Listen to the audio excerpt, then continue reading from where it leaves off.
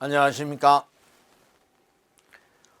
2023년 사회 CBT 보건문제 신재생에너지 발전 설비 기사 태양광 첫 번째 과목입니다.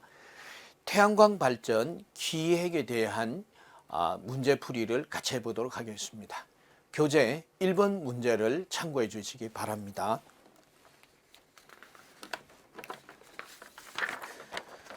다음 설명은 인버터의 효율 중 어떤 효율에 관한 것인가에 자주 출제되는 문제죠.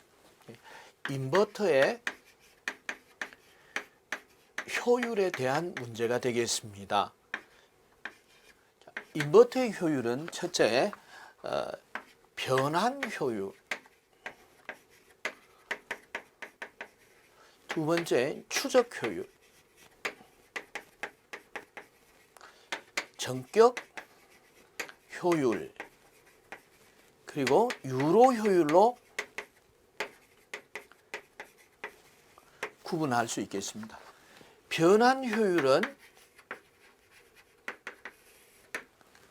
태양광의 이 빛 에너지를 전기 에너지로 변환하는 효율이다. 이렇게 보시면 되겠죠. 면적 곱하기 표준 일사 강도 분의 모듈의 전기적 출력의 비가 되겠습니다. 추적 효율은 최대 효율을 얼마나 추적을 하는 데 있어서 그 효율적으로 최대 출력을 추적하느냐 하는 성능 지표가 되겠습니다. 자, 그래서 전격 효율은요, 변환 효율 곱하기 추적 효율이 되겠죠. 그리고 유로 효율은 유럽의 날씨에 대한 가중치가 적용이 된다. 이렇게 보시면 되겠습니다. 그래서 출력의 일정 부분, 그래서 5%, 10%, 20%, 30%, 50%, 100%의 가중치가 적용이 돼서 그 합산한 효율이 바로 유로 효율이 되겠습니다. 자, 그럼 1번의 예문을 보시도록 하겠습니다. 태양광 모듈의 출력이 최대가 되는 최대 전력점이 MPP 포인트가 되겠습니다. 그래서 맥시멈 파워 포인트를 찾는 기술에 대한 성능 지표가 되겠습니다. 항상 최적의 어떤 상황이라도 최대 출력을 찾아가는 성능 지표가 되겠죠. 그래서 2번 추적 효율이 되겠습니다. 자, 1번은 2번이 답이었습니다. 자, 다음 2번 문제 보시겠습니다.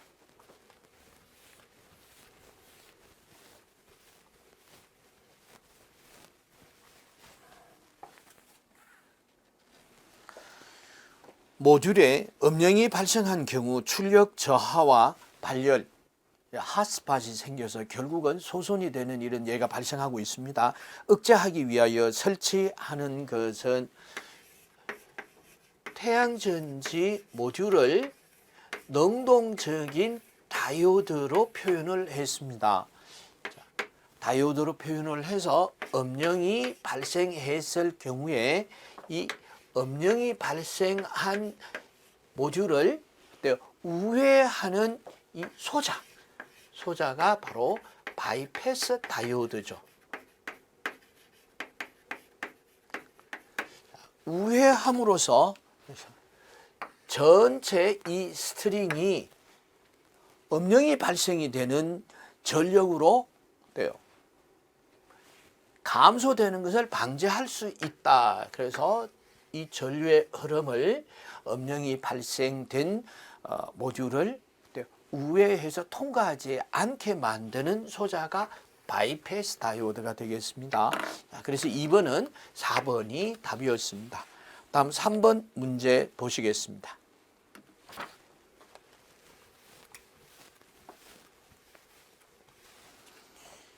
전기사업법령에 따라서 사업계획서 작성 시 전기설비 개요에 포함되어야 할 태양광 설비의 전기설비 개요예요.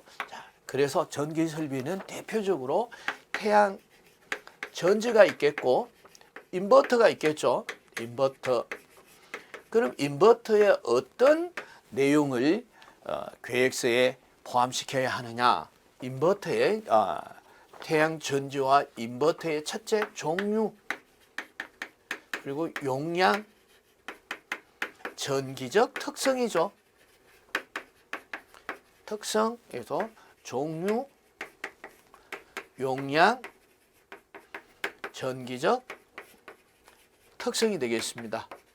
자, 그럼 전기적 특성에는 태양 전지에는 VOC, ISC, 그리고 PM, FF와 같은 것들이 있을 수 있겠죠. 그리고 인버터는 입력 전압, 출력 전압. 자, 그럼 전격 용량 등과 같은 이런 전기적 특성이 있을 수 있겠습니다. 예문을 보시도록 하겠습니다. 자, 인버터의 종류 맞습니다. 태양 전지의 종류, 그리고 접속함의 설치 장소 아니죠. 접속함의 설치 장소는 아니고, 그리고 직광판의 면적. 직광판의 면적 자체가 뭐가 발전되는 전력 양과 비례하죠. 그래서 직광판의 면적이 포함되겠습니다. 자, 따라서 3번은 답이 3번이 되겠습니다. 다음 4번 문제 보시겠습니다.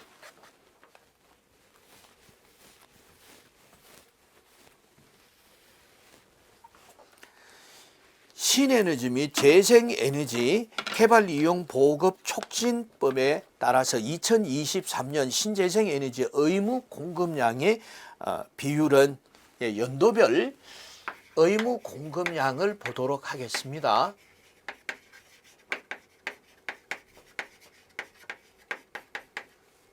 자, 기억을 하셔야 되겠죠. 연도별로. 그럼 보시겠습니다. 2023년, 25년, 26년, 27년, 28년, 29년, 자, 29년 후로 구분해 보도록 하겠습니다. 자, 23년에 13%, 13.5%, 14%, 15%, 자, 27년에는 17%가 되겠습니다. 28년에는 19%, 22.5%, 25%. 자, 이렇게 기억을 하는 것도 쉽게 기억을 하고 오래도록 기억할 수 있는 방법이 되겠습니다. 2023년 했으니까 2023년은 13%가 되겠습니다. 자, 그래서 답은 1번 13%. 자, 5번 문제 보시겠습니다.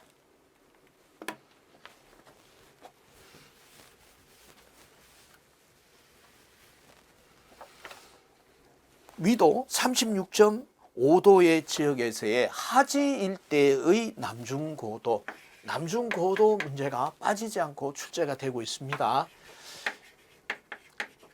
실수하지 않도록 잘 반복하시면 되시겠죠. 90도 마이너스 여기서 L 플러스 마이너스 23.5도.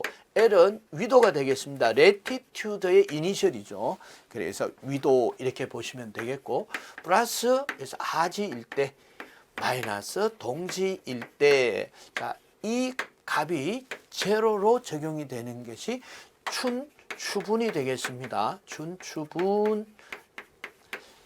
그래서 남중고도가 하지시 남중고도를 구해보세요 라는 주문이었습니다.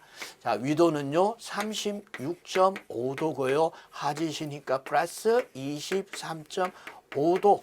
자, 이렇게 계산을 했습니다. 그럼 77도가 나오네요. 77도에 태양이 가장 높은 고도에 있을 때의 고도가 되겠습니다. 그래서 77도. 4번이 답이었습니다. 다음 6번 문제 보시겠습니다.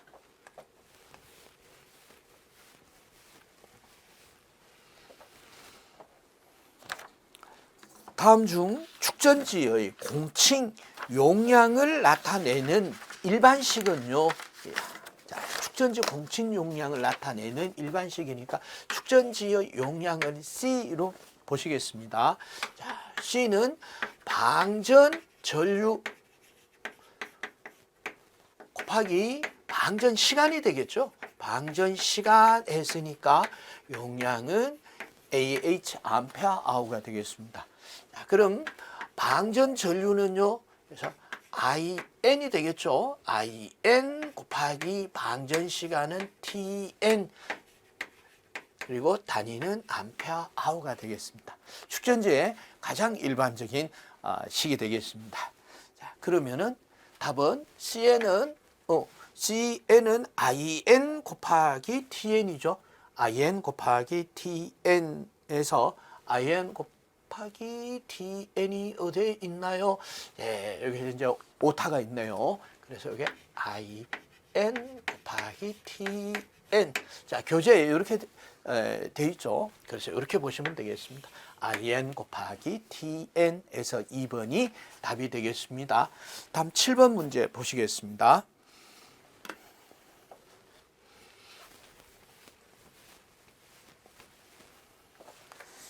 계통 연계형 태양전지 시스템에 방제 대응형 축전지를 다음 조건에 의해 설치하려고 합니다. 설치 용량을 가장 적합한 것은 어떻게 되나요? 그래서 방제 대응형은요, 정전이 되었을 때 자립 운전을 해서 축전지로 전력이 공급이 되는 이 형태가 되겠죠. 그래서 C는요, L분의 K 곱하기 I A는요 보수율이 되겠습니다. 보수율. K는요 용량 환산 시간 계수죠. 환산 시간 계수고요. I는 방전 전류가 되겠습니다. 자, 주어진 조건에서 만족하는 숫자를 찾아보도록 하겠습니다. 보수율 L 0.8입니다. 그리고 용량 환산 시간 K 24.5가 되겠습니다. 그럼 전류만 구하면 되겠죠. 전류는 효율 곱하기 전압이죠. 전압 플러스 전압 강하 이렇게 보시면 되겠습니다. 자, 입력 전압이니까 VI라고 해보겠습니다. VI 플러스 축전지에서 부하까지 전압 강하 플러스 P가 되겠죠. 그럼 전류가 됐죠. 그래서 계산을 해보도록 하겠습니다. PCS 효율이 95%입니다. 0.95 곱하기 입력 전압이요. PCS 입력 전압이 200V네요. 200 플러스 그리고 전압 강하가 2V가 되겠습니다. 2분의 평균 부하 용량은 5kWh예요. 그래서 5,000. 자, 이렇게 계산을 해보니까 전류는요 26.06A가 되겠습니다. 06A. 그럼 이제 수치를 다 찾았습니다. 여기서 보수율은 0.8이에요. 그리고 용량 환산 계수는 24.5가 되겠습니다. 방전 전류는요 26.06. 이렇게 계산을 해 보니까 용량은 798.09가 돼서 약 800AH가 되겠습니다. 800AH니까 답은 3번이 답이었습니다. 다음 8번 문제 보시겠습니다.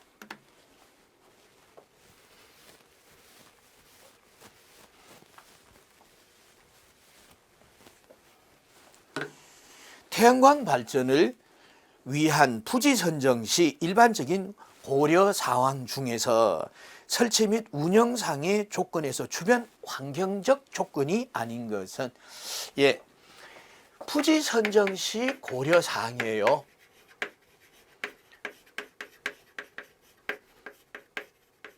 자, 첫째, 지정학적인 조건. 두 번째, 행정적 조건. 세 번째, 설치 운영상의 조건이 되겠습니다. 설치 운영상의 조건은 주변 환경적 조건과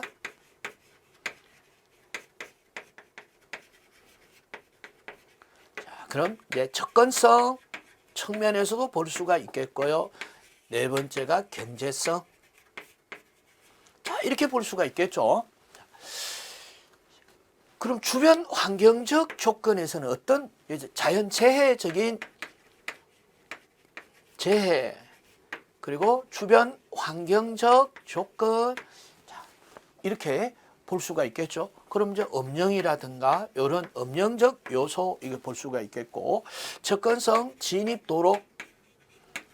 진입도로는 어떤가요? 그리고 개통 연계 조건은 어떻게 되나요? 뱅크 용량은요. 그리고 이런 고압 또는 특고압 이 수전 선로는 어떻게 되나요? 이렇게 볼 수가 있겠죠. 자, 지정학적 조건은 지리적 조건이에요. 지리적 조건이니까 그래서 이 남향이 되나요? 일조량은 어떻게 되나요? 남향, 일조량 이렇게 볼 수가 있겠죠. 행정학적 조건은 사업 허가, 개발 행위, 개발 행위에 대한 이런 허가, 이런 행정 처리가 필요하겠죠. 자, 그래서 예문을 보도록 하겠습니다. 8번 장래 주변 환경 변화, 주변 환경 맞습니다. 일조량과 일조 시간의 풍부. 자, 일조량은 지정학적인 이런 지리적 요건이 되겠죠. 그래서 답은 2번이고요. 태풍, 기상재해, 자연재해, 그리고 수목의 영향에 의한 음영의 이런 영향 이렇게 볼 수가 있겠습니다. 그래서 답은 2번이 답이었습니다. 다음 9번 문제 보시겠습니다.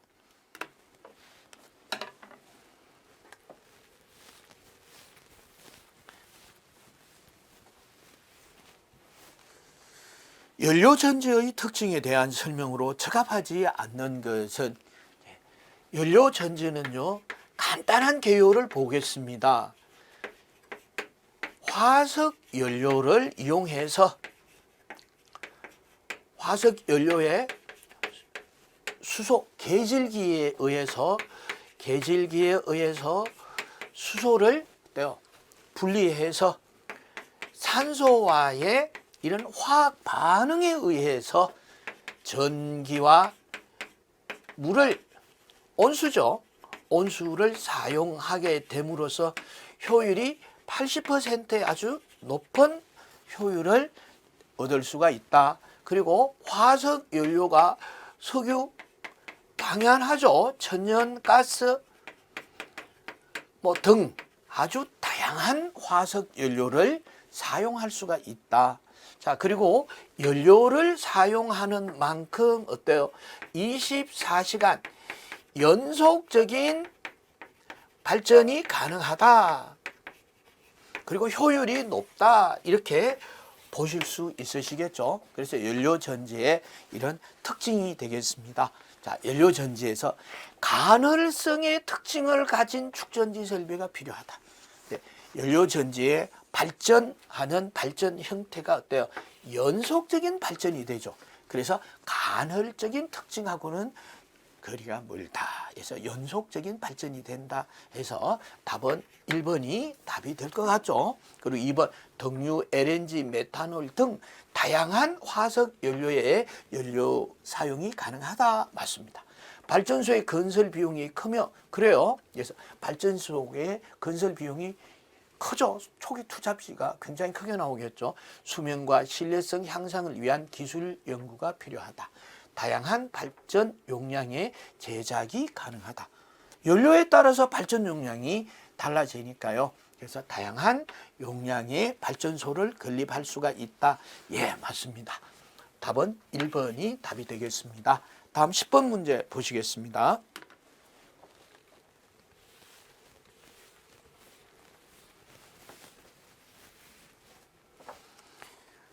인버터가 각 시스템 중 PB 분전함이 없어도 중간에 분전함이 없어도 되고 PB 어레이 근처에 설치될 수 있는 인버터의 연결 방식은 자, 이렇게 해서 기억을 하시면 되겠습니다. 자, 모듈을 이렇게 한번 그려 보겠습니다. 모듈이에요. 모듈을 연결했으니까 스트링입니다. 스트링을 직렬로 연결된 모듈을 스트링이죠. 스트링을 그대로 어디에 인버터에 연결하게 되니까요. 별다른 접속함이 필요가 없습니다. 그리고 이 인버터를 이 스트링 근처에 설치함으로써 요 DC 구간을 짧게 할 수가 있다. 그래서 DC 구간 손실을 최소화할 수 있어요. 별다른 분전함이 없이 바로 연결이 가능하죠. 자, 그래서 어떤 스트링 인버터 방식이 되겠죠. 스트링을 직렬로 연결해서 1대 스트링 1대1로 연결하는 스트링 인버터 방식에서 3번이 답이 되겠습니다. 다음 11번 문제 보시겠습니다.